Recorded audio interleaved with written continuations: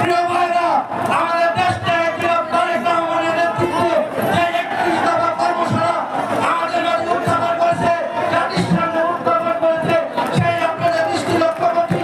আপনাদের প্রিয় নেতা, আমাদের নেতারা সকলে মিলে শুনবেন 31 দফা কর্মসূচি। আমাদের নেতৃবৃন্দ দিক নির্দেশনা দিবে।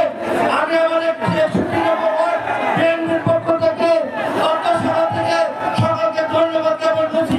বাংলাদেশ জিন্দাবাদ, বাংলাদেশ জাতীয়তাবাদী দল জিন্দাবাদ। শান্তি আমার দেশটি ব্যাপক ভারতের তারেক রহমান ফিরে বসে আসবো ফিরে বাংলাদেশে। ধন্যবাদ।